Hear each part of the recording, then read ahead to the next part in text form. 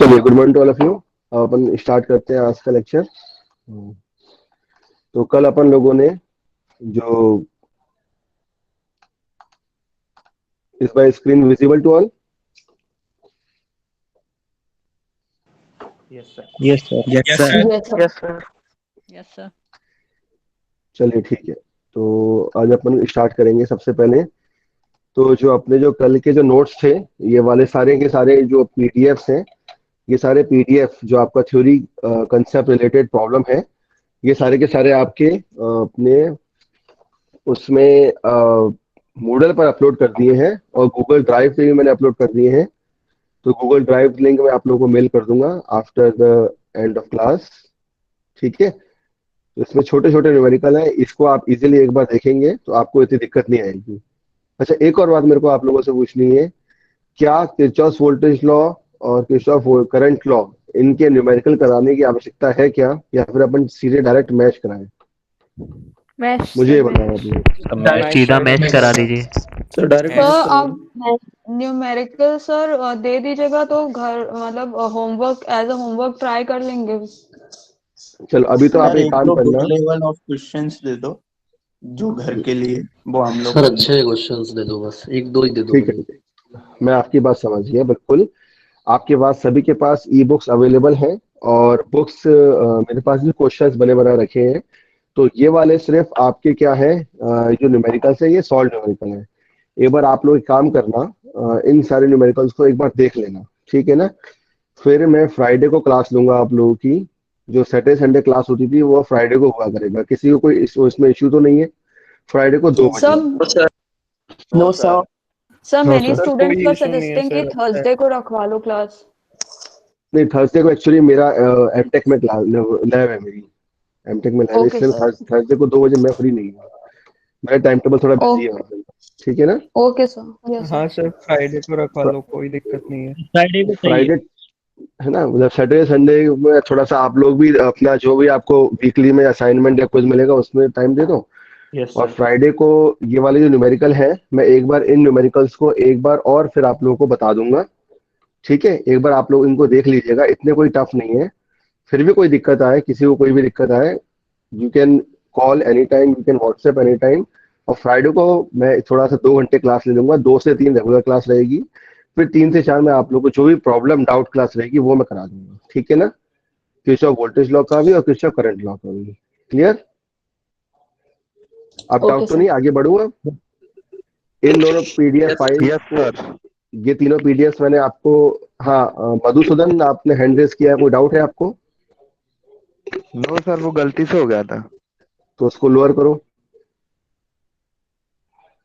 ठीक है, तो आज अपन स्टार्ट, ये तो पीडीएफ तो अपन देख ली थी। एक और मैं छोटा सा एक न्यूमेरिकल एक पीपीटी है, उसमें भी मैं आप लोगों को शेयर करता हूँ, फिर अपन स्टार्ट करते हैं मैश और नोडल। ठीक है ना? तो इसमें भी बेसिकली जो डिफरेंस बताया गया है, क्योंकि because you are studies the electrical engineering subject, तो इलेक्ट्रिकल इंजीनियरिंग में आपको ये पता होना चाहिए कि अगर अपन एसी की या डीसी की बात करते हैं तो मेन डिफरेंस क्या है एसी या डीसी में, या फिर अगर मेन डिफरेंस की बात मैं करूं, या फिर अपना कब से आपका डीसी स्टार्ट हुआ, कब से आपका एसी स्टार्ट हुआ। मैं सभी को ये चीज बता दूं कि सबसे पहले जो स्टार्टिंग हुई थी वो आपका 1887 में, ठीक है ना, ध्यान है ना, 1887 में इसमें डायरेक्ट करंट की ही आपका इसमें आपकी स्टार्टिंग होगी। सबसे पहले एसी नहीं आया था, क्योंकि आज के टाइम पे अल्टरनेटिंग करंट ही चल रहा है, लेकिन स्टार्टिंग उसकी किससे हुई थी? डीसी से हुई थी। क्लियर? क्योंकि ये भी क्वेश्चन जनरली वाई पूछा जा सकता है और इंटरव्यू पॉइंट ऑफ व्यू। तो ये इसके बारे में थ्योरेटिकल है, ये मैं आप पीपीटी आप लोगों के साथ शेयर कर लूंगा, दिखा दूंगा आपको। दोनों में डिफरेंस आपको पता ही है कि डीसी सोर्स में अपन प्लस माइनस से इंडिकेट कर देते हैं, और यही अपना एसी सोर्स है तो इसमें अपन एसी सोर्स को इसमें इस तरीके से इंडिकेट करते हैं। ठीक है, अब बात आती है वोल्टेज वेव फॉर्म की। तो ऊपर वाली जो वेव फॉर्म है, ये जो आपका ग्राफ दिखा रहा है, ये जो अपने वेव फॉर्म बनाया है, ये सिर्फ आपका डीसी की वैल्यू के लिए बता रहा है, चाहे वो डीसी वोल्टेज हो चाहे वो आपका करंट हो। ठीक है ना? The value of VDC and IDC is constant with respect to time. Similarly अगर मैं आपसे एसी की बात करूं तो एसी के लिए नीचे फिगर नंबर 2 है, इसमें आपका एसी बनाया गया है। इसमें आपका वोल्टेज की वैल्यू और करंट की वैल्यू दोनों बनाई गई है विद रिस्पेक्ट टू टाइम। मैं आपको एसी डीसी इसलिए बता रहा हूँ क्योंकि डीसी के एकदम खत्म, क्योंकि देखो सिलेबस में आप लोगों को डीसी भी पढ़ना है, एसी भी पढ़ना है, ठीक है ना। तो डीसी एसी एक साथ अगर वोल्टेज और करंट के उसके टर्म समझ आएगी ना आपको, तो आप कभी भी कंफ्यूजन नहीं होगा, नहीं तो हमेशा कंफ्यूजन रहता है। क्लियर। सिमिलरली ये अलग अलग वेरिएशंस है। सबसे पहला आपका एक बैट इस तरीके से भी अपन दिखा देते हैं डीसी वोल्टेज को, नंबर 1, नंबर 2 ये भी आपका डीसी वोल्टेज का नोटेशन है, नंबर 3 ये आपका एसी वोल्टेज का मैंने आपको बता ही दिया था। अब एक और बात आती है, कभी कभार लेबोरेटरी में क्या करते हैं अपन, वेरिएबल वोल्टेज का यूज करते हैं। अब वेरिएबल वोल्टेज का यूज करना मतलब ये है कि अपन लोग एक रेजिस्टेंस का या एक रियोस्टेट लगा के या एक वोल्टेज के अंदर अपन एक ऐसी चीज यूज करते हैं जिससे अपन को उसकी वैल्यू क्या मिले, वहां पे अपन को वेरिएबल मिले, ठीक है ना। ये हो जाएगा। उसके बाद next this one is DC current, इसको इस तरीके से भी अपन मेंशन कर देते हैं। उसके बाद जो नॉमेनक्लेचर ये है, ये आपका जनरेटर का है लास्ट में, और एसी करंट को कहीं कहीं इस तरीके से भी दिखाया जाता है आपका, ठीक है ना। कहीं कहीं आपका सिंपल आपका इस तरीके से दिखा देते हैं, कहीं कहीं आपका ये वाला साइनसोइडल भी दिखा दिया जाता है। तो ये अलग अलग नॉमेनक्लेचर्स हैं, कोई सा भी नॉमेनक्लेचर बोल लो या फिर सिंबल बोल लो किसी भी डायग्राम को बनाने के लिए। इस अभी तक इसमें कोई डाउट किसी को? आगे बढ़ूं? यस आगे सर। बढ़ूं यस बच्चा? सर। चलो यस ठीक है। सर। Yes sir. अब इसी तरीके से सबसे अच्छा एग्जांपल अगर अपन लोग अपन से डेली लाइफ में पूछे या कोई पूछे कि सबसे ज्यादा अपन बैटरी किसका यूज करते हैं, तो डीसी का सबसे पहला अच्छा एग्जांपल है। अपने घर में, सभी के घर में आपकी टॉर्च होती है, तो टॉर्च में जो अपन बैटरी यूज करते हैं, बैटरी मतलब चाहे वो डबल ए सेल यूज करें या ट्रिपल ए सेल करें, जहां भी आपका या बिगर वाला जो अपन सेल यूज करें, ये वाला, तो उसमें जो भी जिसमें आपका करंट का फ्लो सिर्फ एक ही डायरेक्शन में अपन को मिले, वो अपना वहां पे एक ही डायरेक्शन, मतलब आपने देखा होगा कि जहां भी अपन को पेंसिल सेल लगाना होता है, पेंसिल सेल में प्लस और माइनस ये नोटेशन रहता है, ठीक है ना। तो ये आपका डीसी सप्लाई की ही वैल्यू को, मतलब उसके अंदर एक एनर्जी स्टोर होती है। फिर जब अपन उसको प्रैक्टिकली यूज करते हैं तो उसमें से जो एनर्जी रिलीज होती है, जब तक वो एनर्जी रिलीज होती जाती है तब तक आपका पेंसिल सेल काम करता है। जैसे ही उसमें एनर्जी उसमें खत्म हो जाती है, जो इसमें स्टोर्ड एनर्जी है, वैसे अपन बोलते हैं कि इसका सेल चेंज करना पड़ेगा, चाहे वो अपन घड़ी में करें, चाहे वो कोई भी प्रैक्टिकल डेली एप्लीकेशन में करें, ठीक है ना। कोई डाउट तो नहीं अब किसी को इसमें? आगे बढ़ूं? Yes sir. चलिए, तो इसी के साथ अपना करंट जो अगर कांस्टेंट करें, डायरेक्शन के साथ चेंज करें, वो अपनी बात हो जाएगी एसी के लिए। डीसी में अपन सिर्फ एक ही लोड की बात करते हैं जो रहता है आपका रेजिस्टेंस। एसी में अपन तीनों लोड की बात करते हैं, रेजिस्टेंस, इंडक्टेंस और कैपेसिटेंस, तीनों लोड को साथ में लेके चलते हैं, ठीक है ना। ये दो चीजें बहुत इंपॉर्टेंट अपन को याद करनी होनी है, सभी को ये पता भी लग गया होगा। बेटा आज की अटेंडेंस गूगल फॉर्म से नहीं होगी, आज की अटेंडेंस आप लोगों को मूडल पे ही सबमिट करनी है। तो आप पैरेलली अगर मूडल ओपन करना चाहें तो कर सकते हैं, मेरी तरफ से परमिटेबल है। और चैट बॉक्स में अपना नाम और एनरोलमेंट नंबर ये भी आप लोग लिख के भेज दीजिएगा, ठीक है। चलिए, अब एक और चीज मैं आप लोगों को बता दूं, because lab point of view से भी अपन लोग कभी कभार इलेक्ट्रिकल कंपोनेंट्स को देखते हैं, तो ये छोटे छोटे आपके इसमें नॉमेनक्लेचर्स हैं जो अलग अलग अपने लेबोरेटरी में यूज होंगे। तो जिस दिन लैब होगी उस दिन अगर मेरे को टाइम मिला तो मैं एक्सप्लेन कर दूंगा आप लोगों को, ठीक है। नहीं तो जो लैब ले रहे हैं उनको मैं ये पीपीटी दे दूंगा। इसके बाद सबसे इंपॉर्टेंट जो है, कोई सा भी इलेक्ट्रिकल सिस्टम हो या इलेक्ट्रॉनिक सिस्टम हो, सबसे ज्यादा जो लॉ यूज करने वाला होता है वो कौन सा होता है? ओम्स लॉ होता है। आप लोग अपने वहां से भी पढ़ते हुए आ रहे हैं स्कूलिंग से। तो ओम्स लॉ का मतलब है, देखो चाहे जितने भी आपके लॉज हो या थ्योरम्स हो, चाहे आपका अभी मैं जैसे अभी अपने जो यूनिट फर्स्ट में है वो 5 टॉपिक बचे हैं। नंबर 1 इज मैश एनालिसिस और उसका न्यूमेरिकल, नंबर 2 नोडल एनालिसिस उसका numerical, number 3 superposition theorem, number 4 Thevenin theorem और नंबर 5 नॉर्टन्स थ्योरम। तो नेक्स्ट वीक मतलब 5 टॉपिक्स हैं, एक एक दिन एक एक लेक्चर में लगेगा। तो 30 तक आपका ये वाला जो है, कोशिश है मेरी 31 तक ये वाली यूनिट अपन, और फिर नए साल को जो अपन एक तरह को क्लास लेंगे तब अपन यूनिट सेकंड स्टार्ट करेंगे, ठीक है। और मिड सेम तक आपकी यूनिट 3 तक टच हो जाएगी। मैंने कल पूरा टाइम टेबल बना लिया है शाम को बैठ के, तो मेरे को पता है अब कैसे क्या करना है। क्लियर? चलिए, तो इसमें अब अगर अपन किसी भी लॉ की बात करें या थ्योरम की बात करें, तो कोई सा भी लॉ या थ्योरम की बात होती है तो वो डिपेंड करता है उसके साइंटिस्ट का इन्वेंशन, उसका इन्वेंशन किस साइंटिस्ट ने किया, सॉरी, और उनका नाम क्या था। तो उस जो भी साइंटिस्ट रहते हैं उनका जो आपका सरनेम रहता है उसके अकॉर्डिंग उस लॉ का या थ्योरम का आपका नाम पड़ जाता है। सभी लोगों को ये कंसेप्ट पता है ना। जब जैसे मैं बोलूं आपसे फेराडेज लॉ क्यों बोलते हैं, तो सभी लोग जानते हैं कि माइकल फेराडेज ने फेराडेज लॉ का इन्वेंशन किया था, इसीलिए इसको फेराडेज लॉ बोला जा रहा है। सिमिलरली जॉर्ज साइमन ओम, इन्होंने इन्वेंशन किया था अपनी बुक में इन द ईयर 1827 में ओम्स लॉ का, इसलिए इसको ओम्स लॉ बोला जाता है। ठीक है ना बेटा, हाँ या ना तो बोलो। Yes sir. उन्होंने क्या बोला था, ठीक है, तो उन्होंने क्या बोला था सिंपली कि जो भी आपका वोल्टेज आपका रहेगा it is directly proportional to current. ये लिखा है ना ऊपर, it is V equal to RI बोल दो या फिर और P इक्वल टू IR बोल दो, and R is the proportionality constant. ठीक है ना, सबको पता है ना ये चीज? Yes yes sir. सर। ठीक है ना। Yes, sir. और जब भी कभी अपन सर्किट की बात करते हैं, किसी भी सर्किट की लोड की, तो इसमें हमेशा अपन यूज करते हैं I इक्वल टू, यार ये हमेशा उसमें अपन यूज करते हैं we will use the concept of I equal to V by R। V by R का मतलब ये है कि आपका वोल्टेज हमेशा कांस्टेंट रहेगा, सिर्फ जो चेंज आएगा वो किसकी वैल्यू में आएगा, आपका रेजिस्टेंस की। तो किसी भी उसमें कंडक्टर में या इंसुलेटर में अगर जितना आपका रेजिस्टेंस ज्यादा होगा उतना आपको करंट कम मिलेगा, रेजिस्टेंस अगर आपका कम होगा तो करंट आपका ज्यादा फ्लो होगा, because the value of I is inversely proportional to R। ठीक है ना, यस आगे सर। बढ़ू। Yes sir.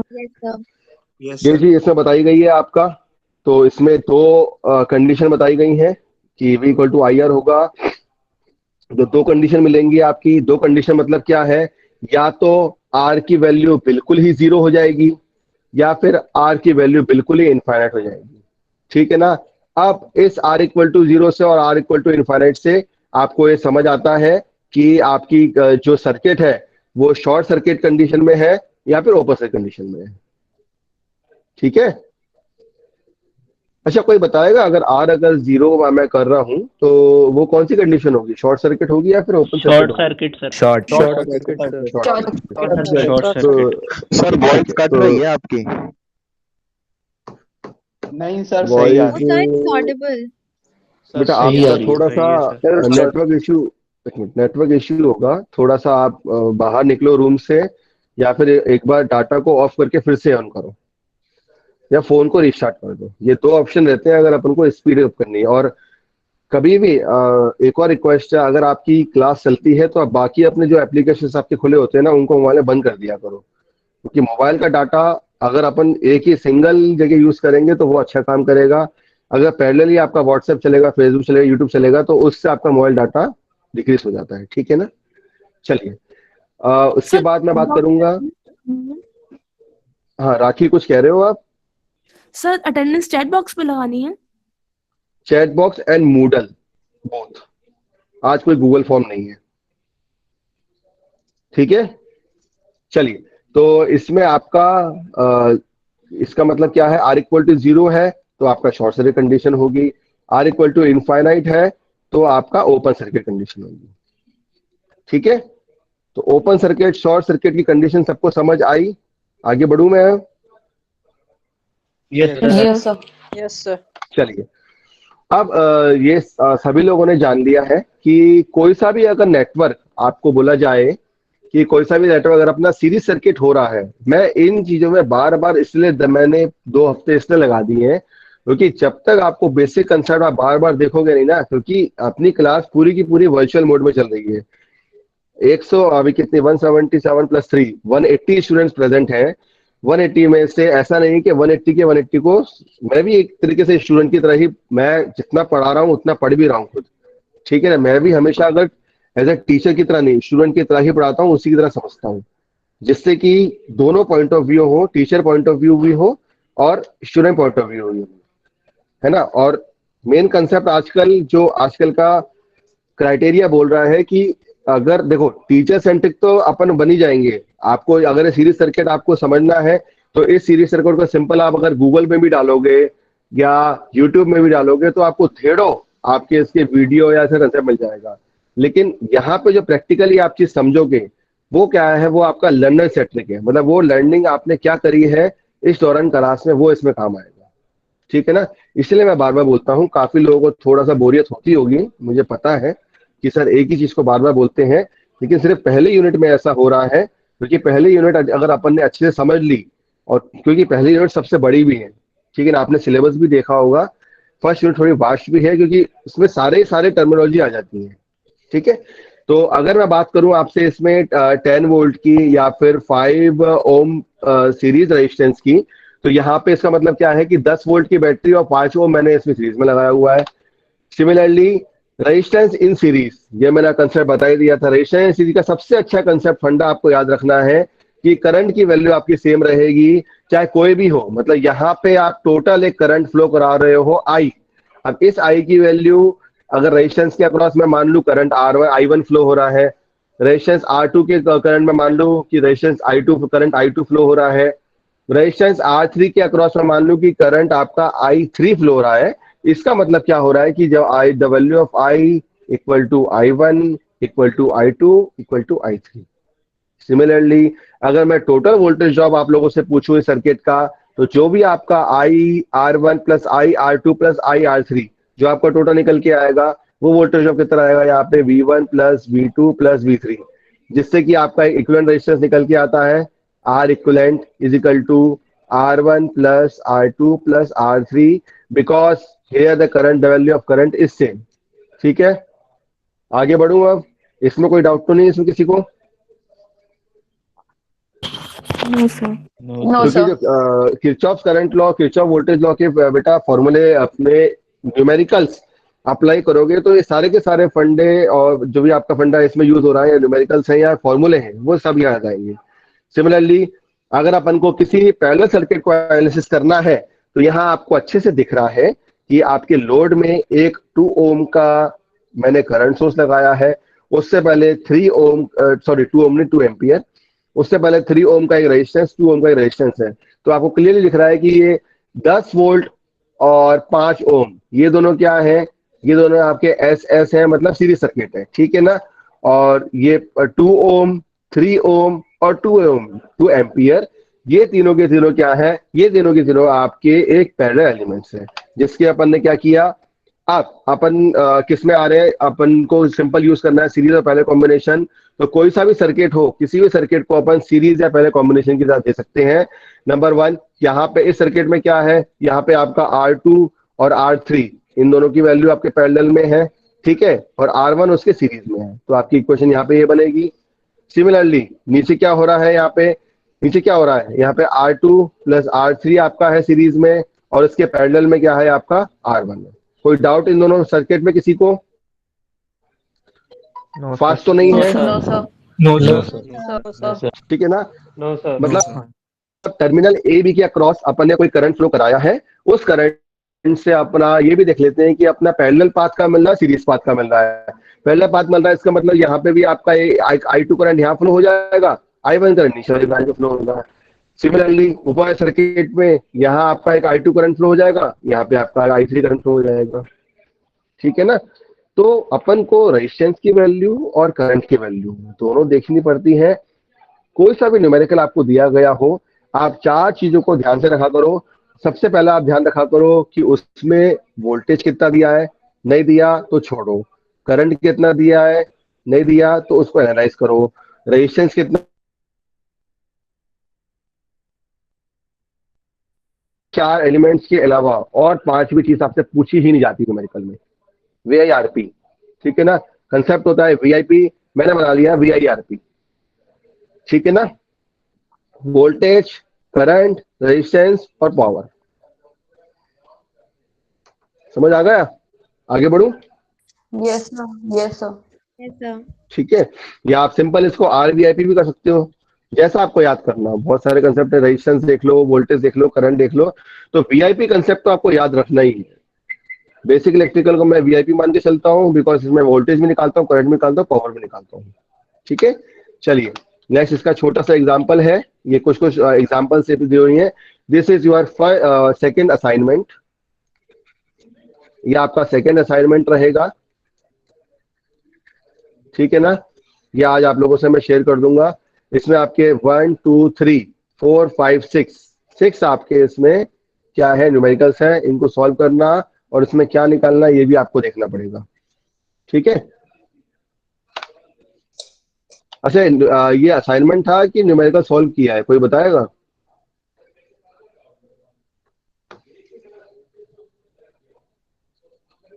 न्यूमेरिकल सॉल्व किए हैं सर।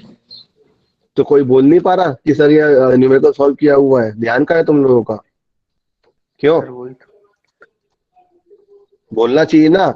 अगर मैं कोई चीज कभी गलत भी बोलूं, मैंने जानबूझ के इसलिए ऊपर लिखा भी, सेकंड असाइनमेंट मतलब हाँ हाँ असाइनमेंट मिल गया, समझ लिया, मजा आ गया, बढ़िया, सॉल्व, छोटे छोटे क्वेश्चन सॉल्व करें, भैया उसके पीछे देखो तो उसमें क्या है। क्यों? इसी का पूरा एप्लीकेशन सारा है, समझ आया? यस ये म्यूट करो, 18 म्यूट करो अपने आप को, ठीक है ना। तो ये आपका सिंपल एक एग्जांपल है, ये कोई असाइनमेंट नहीं है, कि कोई सा भी आपका सीरीज पैरेलल सर्किट हो, ठीक है ना। देखा मैंने आपसे क्या बोला था, मैं आप सेकंड असाइनमेंट 25 तारीख को दूंगा, तो मैं आज क्यों देने लगा यार? दिमाग लगाया कि नहीं लगाया यार? अटेंटिव रहा करो क्लास में। Sir yes. Yes sir. ठीक है ना, यस सर। चलिए। तो ये अपन ने क्वेश्चन किया, ये अपन सिंपल छोटा सा एग्जांपल लिया है कि किस तरीके से अपन एक सीरीज पैरेलल अपना कोई सा भी रेजिस्टेंस हो उसको किस तरीके से एनालिसिस करते हैं। सबसे पहले 6 ओम 3 ओम को पैरेलल में था, उसको अपन ने 2 ओम में कन्वर्ट किया। उसके बाद 4 और 2 को अपन ने 6 ओम में कन्वर्ट कर दिया। उसके बाद अपन ने क्या किया, यहाँ पे 6 ओम और 18 वोल्ट की हेल्प से अपन ने 3 एम्पियर का करंट फ्लो करा दिया। फिर से इसको 2 भाग में तोड़ दिया अपन ने, 4 ओम में और 2 ओम में तोड़ दिया इसको, लेकिन करंट तो सेम ही रहेगा। अब क्या हुआ, ये वाला 2 ओम था, फिर से अपन ने इसको 6 और 3 ओम में तोड़ दिया। तो इससे क्या पता लगा, इससे ये पता लगा, मान लो मेरे इस क्वेश्चन में पूछा जाता, इस क्वेश्चन में मैंने पूछा था find the value of current in all resistances. Sir आपकी स्लाइड पिछले वाली स्लाइड पे अटक चुकी है, वो जॉर्ज साइमन ओम पे ही अटकी हुई है वो। नहीं ऐसा नहीं है, मेरी तो आगे स्लाइड डाटा ऑफ करके ऑन करो बेटा, आपका नेटवर्क प्रॉब्लम होगा।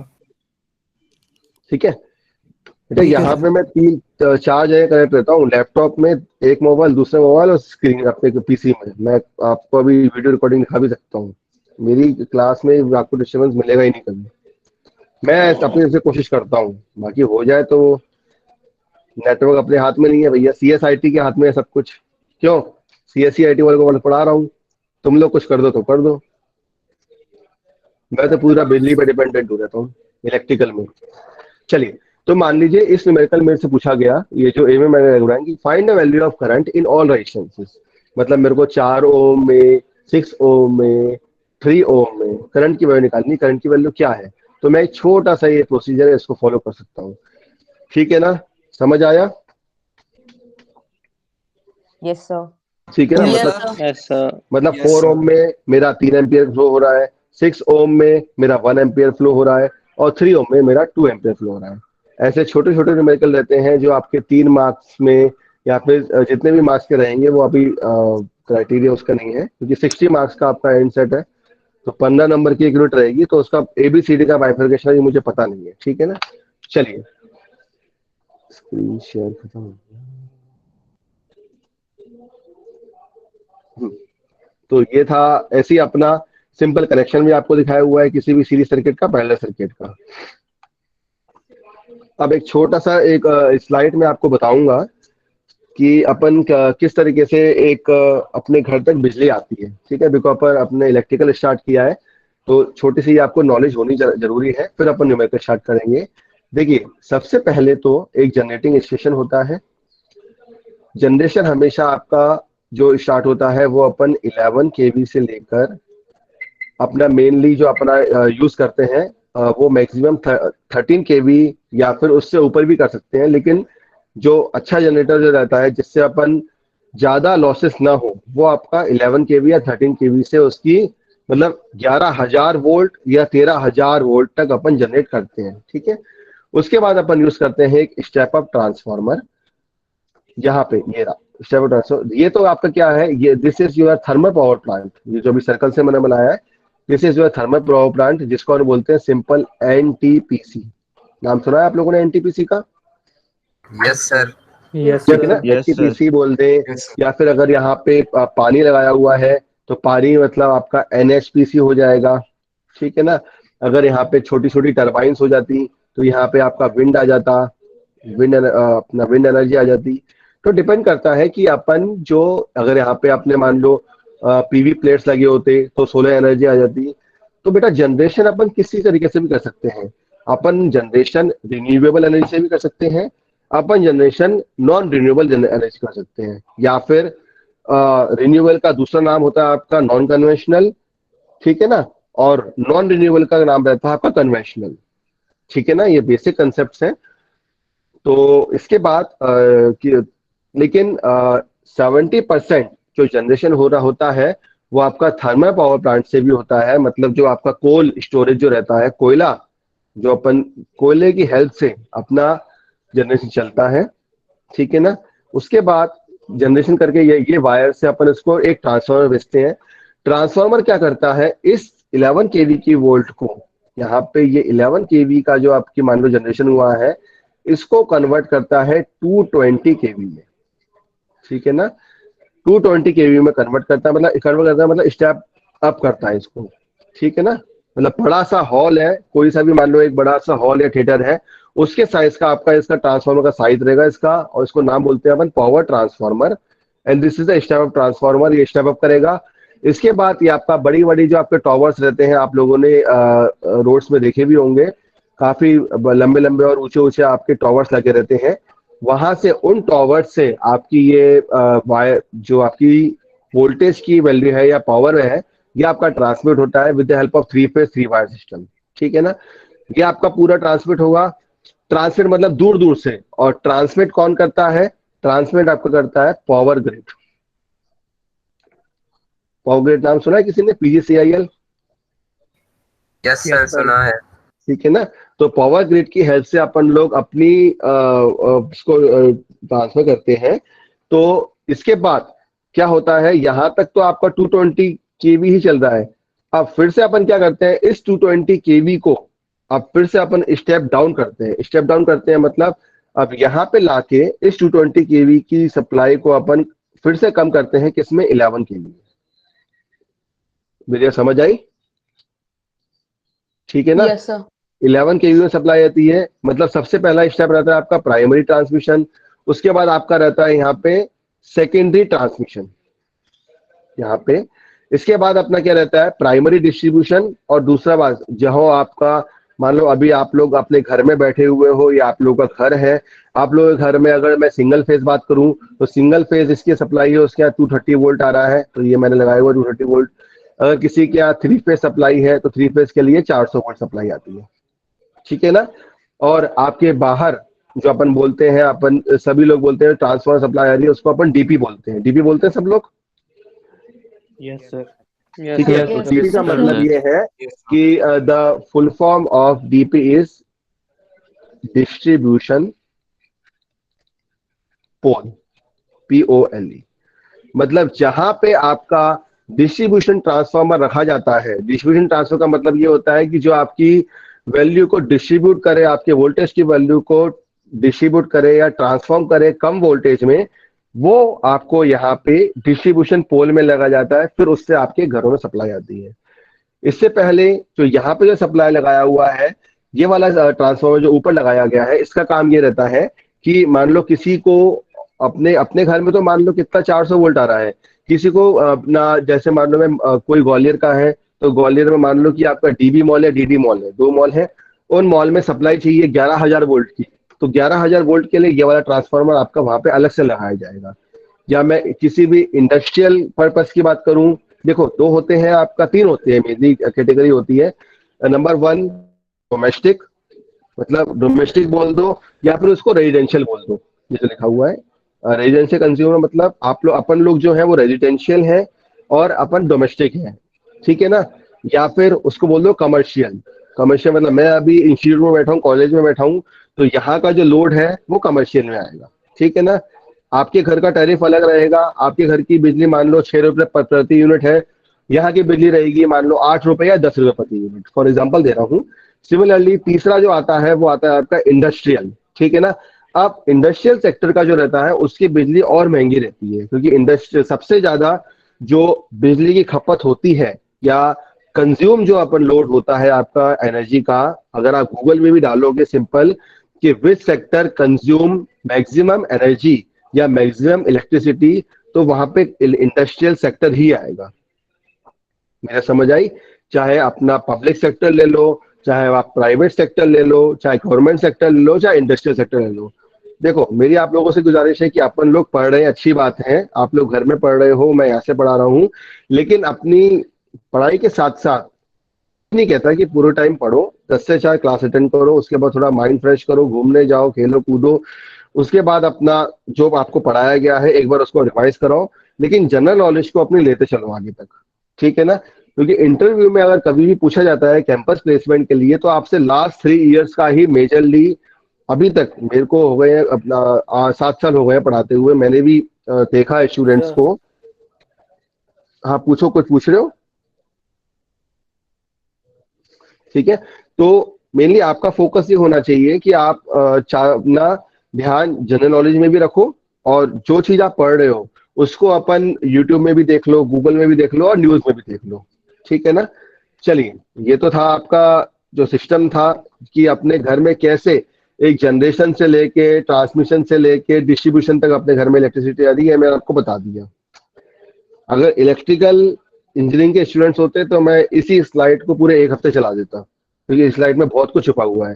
Because you are CSE IT students, आप लोग को बस बेसिक नॉलेज के लिए पता होना चाहिए CSE IT के स्टूडेंट्स को कि अपने जो अपन बेसिक इलेक्ट्रिकल पढ़ रहे हैं उसका जनरेशन कहाँ से हो रहा है, कितना हो रहा है और कहाँ तक जा रहा है, ठीक है ना।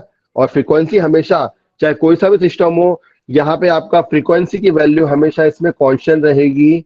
कितनी रहेगी फ्रीक्वेंसी? 50 हर्ट्ज। 50 हर्ट्ज। और यही मैं बात करूंगा यूएस की फ्रीक्वेंसी कितनी होती है यूएसए की? 25 60 25 काफी हो गई। 60 हर्ट्ज सर। 60 इंडिया में थोड़ा आप गलत बोल रहे हो बेटा, क्वेश्चन नहीं 110 गलत है। इंडिया में 60 So 55 गलत मैं बता रहा हूँ। हाँ राखी कुछ कह रही हो आप? 60 हर्ट्ज। 60, वेरी गुड, काफी लोगों ने सही आंसर दिया है। 110 जो है बेटा, 110 अगर अपन अपना यूएस की बात करते हैं तो for United states of America, वहां पे जैसे मान लो यहाँ पे अपन को 230 बोलता है, 230 वोल्टेज मिल रहा है, या फिर मैं बोल लूँ 220 वोल्ट मिल रहा है, ठीक है ना। और यूएस में यही वोल्टेज आपका 110 वोल्ट हो जाता है और फ्रीक्वेंसी वहां पे 60 हर्ट्ज हो जाती है। इसलिए जो भी आपका यूएसए से आपका इलेक्ट्रॉनिक्स आइटम रहते हैं, अप्लायंसेस रहते हैं, कंपोनेंट आते हैं, उसमें आपको अडॉप्टर की या फिर स्टेबलाइजर की जरूरत पड़ती ही है।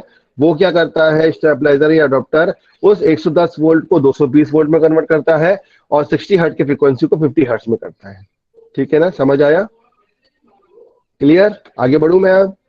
इस Yes, स्लाइड sir. में किसी को डाउट तो नहीं?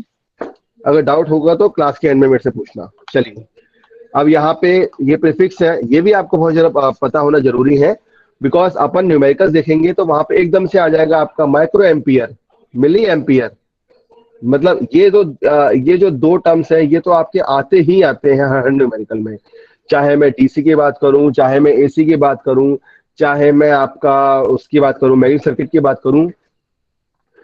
और इसके अलावा सॉरी इसके अलावा आप लोगों को बाकी नॉमेनक्लेचर पता होना चाहिए कि नैनो, पीको, फेम्टो, एटो या किलो, मेगा, जीजा, टेरा। तो ये वाले जो 7 8 है, 1 2 3 4 5 6 7 8, ये 10 11 जो आपके हैं ये भी आपको अच्छे से याद होने चाहिए कि कौन सा फैक्टर में अपना कौन सा नेम होता है और किस सिंबल से अपन उसको रिप्रेजेंट करते हैं। अच्छा, क्लास में से कितने लोगों को ये याद है? Yes sir. Sir yes sir Govind, याद है। याद सर सारे यस सर। पक्का? याद है सर। सर पी को यस सर। अच्छा, पक्का 100% श्योर हो, याद है? Yes sir. Sir yes sir. चलो, अगर याद है तो मुझे ये बताओ, एक्सा को क्या बोलते हो अपन? EXA को क्या बोलते हैं? 10 की पावर 18। वेरी गुड, जीता ये तो यार। 10 की पावर 18 इसको अपन बोलते हैं एक्सा। इसका नोटेशन क्या होता है? नोटेशन क्या होता है? नोटेशन यार ये भी बता दो। सिंबल क्या होता है इसका? ठीक है ना? तो ये अपना रह गया था इसमें, स्लाइड में इसमें, ठीक है ना? क्योंकि अभी अपना मैक्सिमम जो अपना जनरेशन चल रहा है जूल्स में, जो आपका जूल्स की है पावर की, वो अपन 10 की पावर 18 तक अपन पहुंच चुके हैं। मतलब गीगावाट, टेरावाट, एक्सा जूल्स तक भी अपन जा चुके हैं। मैक्सिमम जनरेशन अभी कितना हो रहा है इलेक्ट्रिसिटी का? कितना गीगावाट है? कोई बताएगा? नहीं बता पाओगे अभी, है ना? ध्यान रखा करो इन चीजों का, है ना? ठीक है, इंडिया में हो तो इंडिया के बारे में पता होना चाहिए कि अपना जो मैक्सिमम जनरेशन अभी हो रहा है वो कितना चल रहा है। सर 10 की पावर 15 को क्या कहेंगे? क्या? सर 10 की पावर 15 को क्या कहेंगे? 1 मिनट बेटा, नेट थोड़ा चला गया है, तो फिर से एक बार रिवीजन हो जाऊं। यार नेट चला गया।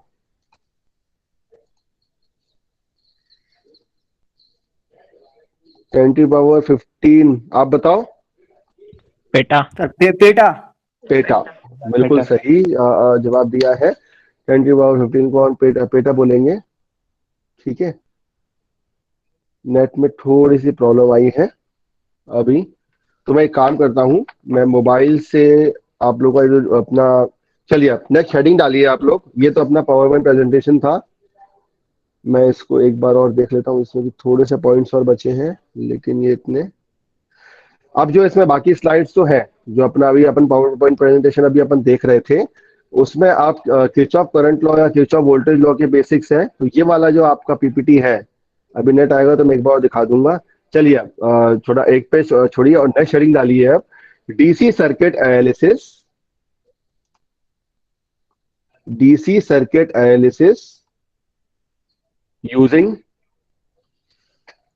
DC circuit analysis using mesh method. DC circuit analysis using mesh method.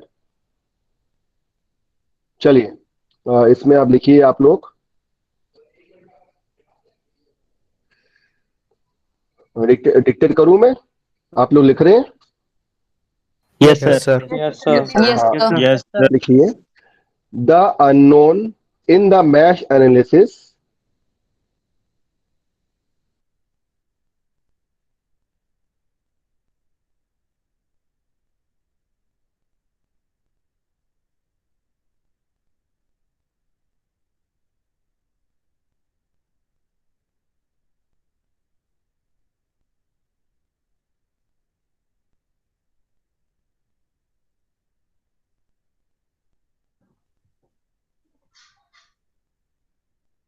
Sir exit करेगा क्या?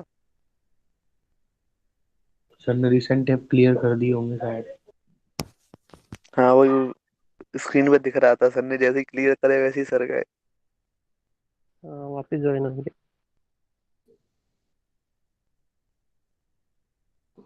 आवाज आ रही है?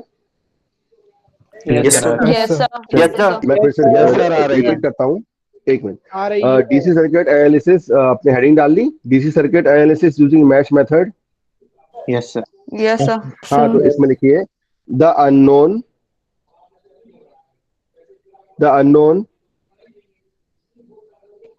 in the mesh analysis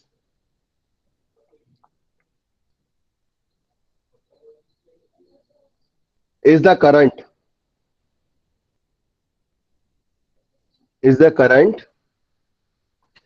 in different meshes.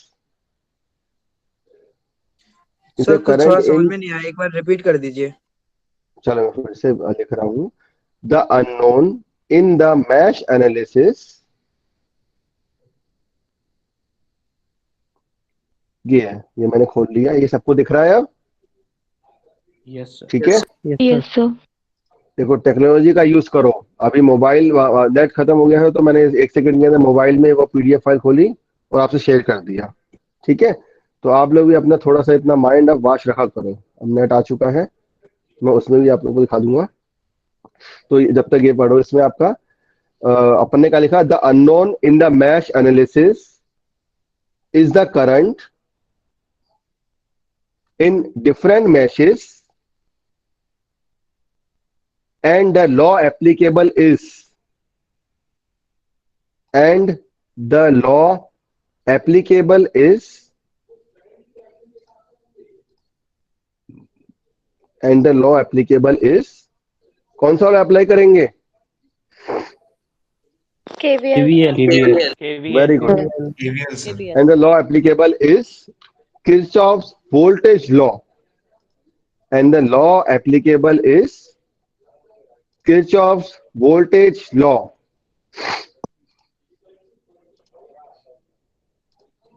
ठीक है, which states that, inverted commas में,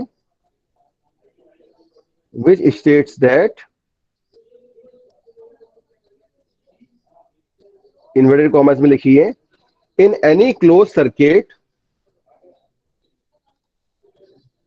in any closed circuit, in any closed circuit, the net voltage applied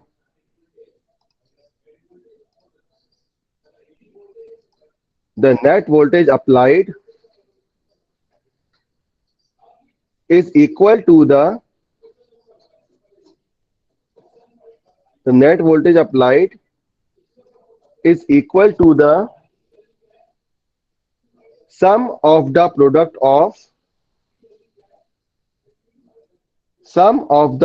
of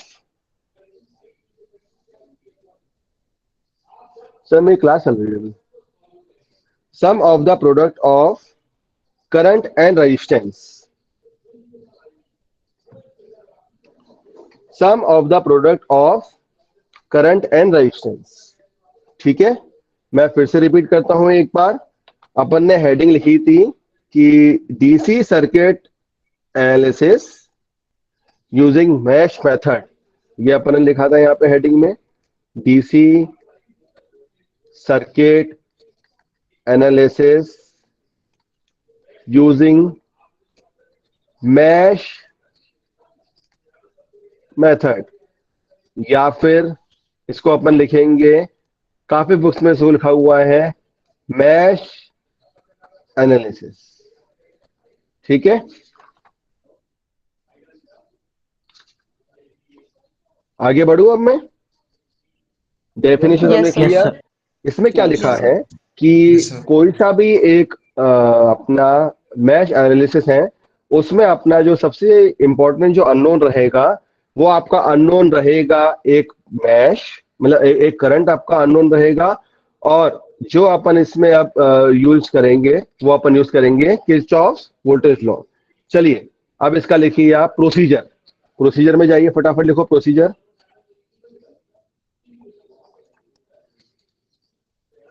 procedure में लिखिए स्टेप 1। मेरे पास इसकी बनी बनाई स्लाइड रखी है, लेकिन लिखवा इसलिए रहा हूं क्योंकि आप लोगों को अभी इसके स्टेप्स भी याद हो जाएंगे। ठीक है ना। Step 1, identify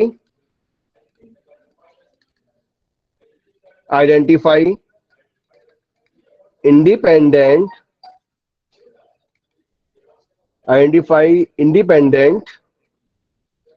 circuit meshes. Step 2, सबसे पहला स्टेप क्या रहेगा आपका कि आप आइडेंटिफाई कर लेंगे कि आपके कितने मैशेस हैं। Step 2, assign. बेटा सब लोग लिखते जाओ अपने कॉपी पेन में, ठीक है ना। असाइन जो नहीं करेगा लिखेगा उसका ही थोड़ा सा नुकसान होगा इसमें, इसलिए लिखते चलो। असाइन अ सर्कुलेटिंग करंट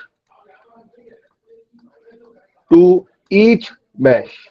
सबसे पहले आप क्या करेंगे, आप आइडेंटिफाई कर लेंगे कितने इंडिपेंडेंट मैशेस हैं, उसके बाद आप असाइन करेंगे सर्कुलेटिंग करंट। सर्कुलेटिंग करंट का जो डायरेक्शन रहेगा, direction of that circulating current is usually clockwise. Clear? And the last step, step third. Step third is right Kirchhoff's voltage law equation. Right? Kirchhoff's voltage law equation for each mesh. समझ आया? फिर से repeat कर रहा हूं।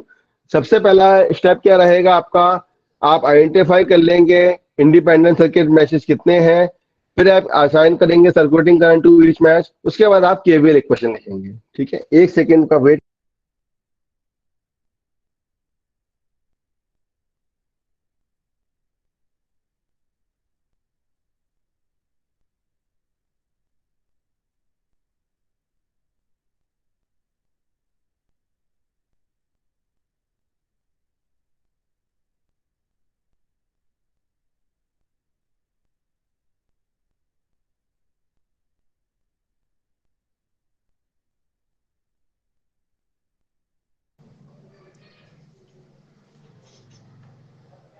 फिर से इसको रिपीट कर रहे हैं।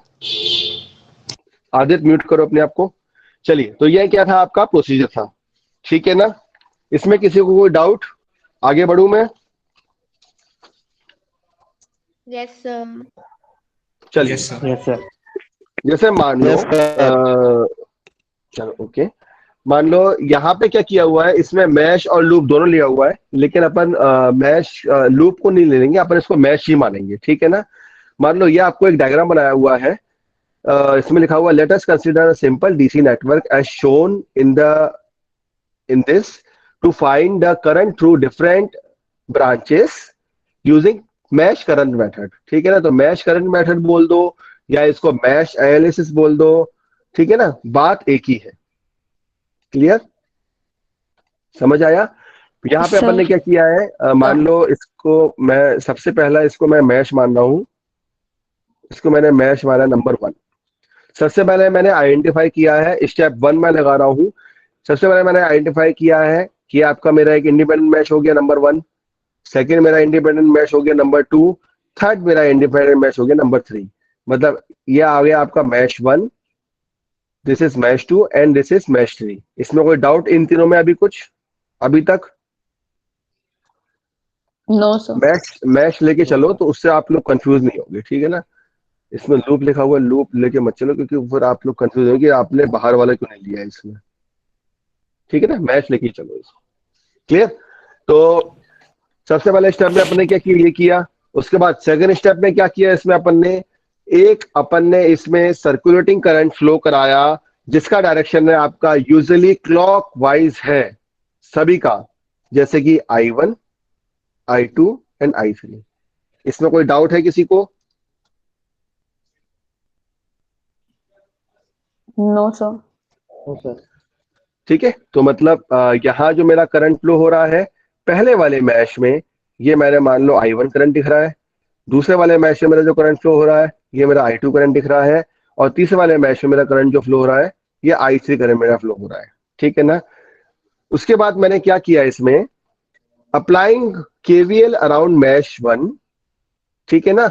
अब इसमें क्या है, इसमें एक चीज लिखी हुई है, थोड़ा आप लोग ध्यान से देखिए। इसमें लिखा हुआ है मैश 1 में I1 क्या है, इसको अपन बोल रहे हैं लोकल करंट। लोकल करंट मतलब जो उस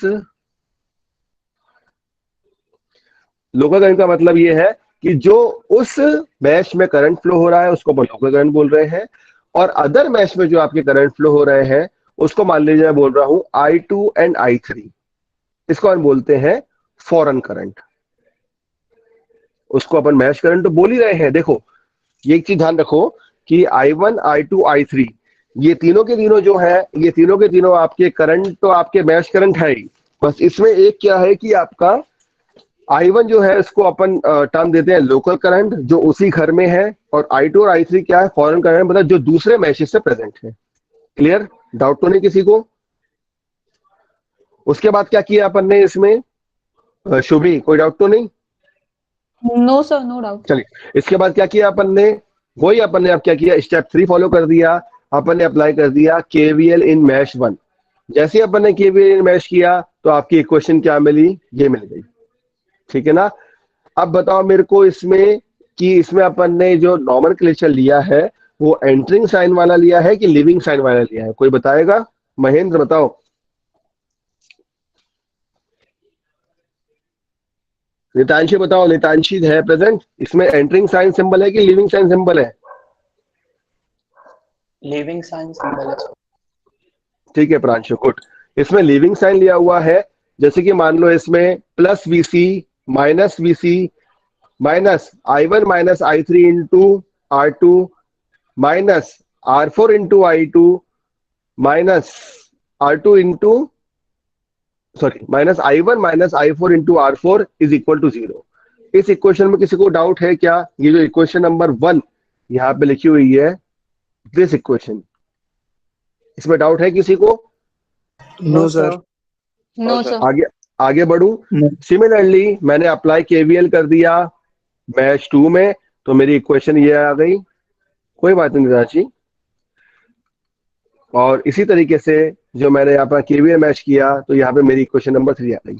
आइए अपन इसको सॉल्व नहीं कर रहे हैं, अपन सिंपल ये देख रहे हैं कि आपको एक जनरल सर्किट में कैसे एक मैश आपका बना हुआ है और उस मैश से अपन ने कैसे 3 इक्वेशन लिखी है।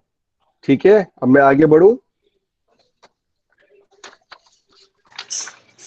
Yes sir.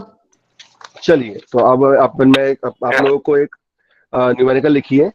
Find the question number 1, find the value of current in the branch AB using mesh analysis method। ध्यान रखना कि आप लोग मैश एनालिसिस मेथड तभी अप्लाई करोगे जब आपको KVL अच्छे से लगाना आता हो। ठीक है ना? चलिए डायग्राम बनाइए सभी लोग। अब इसका एक बार और लिख लो। Find the value of current in the branch AB using mesh analysis method. चलिए डायग्राम बनाइए सबसे पहले इसका। Plus minus 10 volt, 5 ohm, 15 ohm, 10 ohm, 8 ohm, 12 ohm, plus minus 6 volt. और इस पूरे को मैंने अब इसको ग्राउंड टर्मिनल से क्लोज कर दिया, और टर्मिनल यहाँ पे आपके दिए हुए हैं A-B टर्मिनल। ये बताओ न्यूमेरिकल हो जाएगा? Yes sir. हाँ या ना? Yes sir. चलो, तो आज का मैंने आप लोगों को टाइम दिया।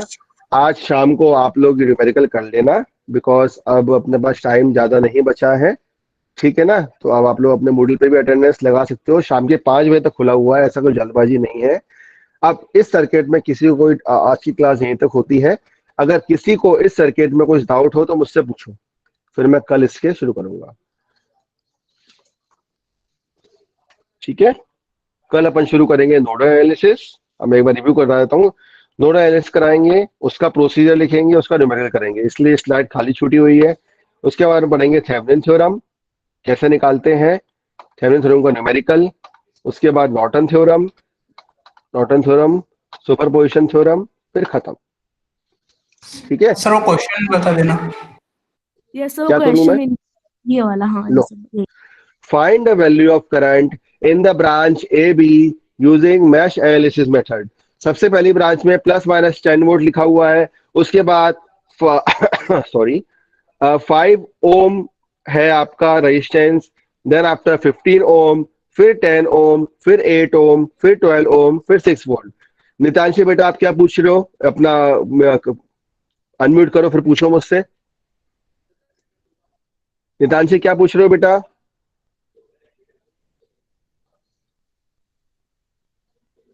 ब्रांच ए बी से मतलब समझ आया आप लोगों को? ब्रांच ए बी से मतलब ये है कि 10 ओम के अक्रॉस 10 ओम के अक्रॉस आपका कितना इसमें करंट फ्लो हो रहा है, ये आपको पता लगाना है। ठीक है सर। चलिए, तो अब आप लोग इसको सॉल्व करना और कल मुझे बताना कि इसमें करंट कितना फ्लो हो रहा है। ये आज आप लोगों का, आज आपका होमवर्क है, असाइनमेंट नहीं है, होमवर्क है। तो मूडल पे मैं अभी अपलोड करने के लिए नहीं बोल रहा आपको, ठीक है ना, क्योंकि अभी अपना प्रीवियस असाइनमेंट की डेट अभी चल रही है। फिर इसके बाद अपना जो नेक्स्ट न्यूमेरिकल रहेगा, 2 न्यूमेरिकल और हर इसमें 2-3 न्यूमेरिकल अपन और करेंगे, उसको फिर मैं अपलोड करने के लिए आपको बोल दूंगा। ठीक है, चलिए तो आज की क्लास एंड होती है अपनी। किसी कोई डाउट हो तो मेरे से आप पूछ लो।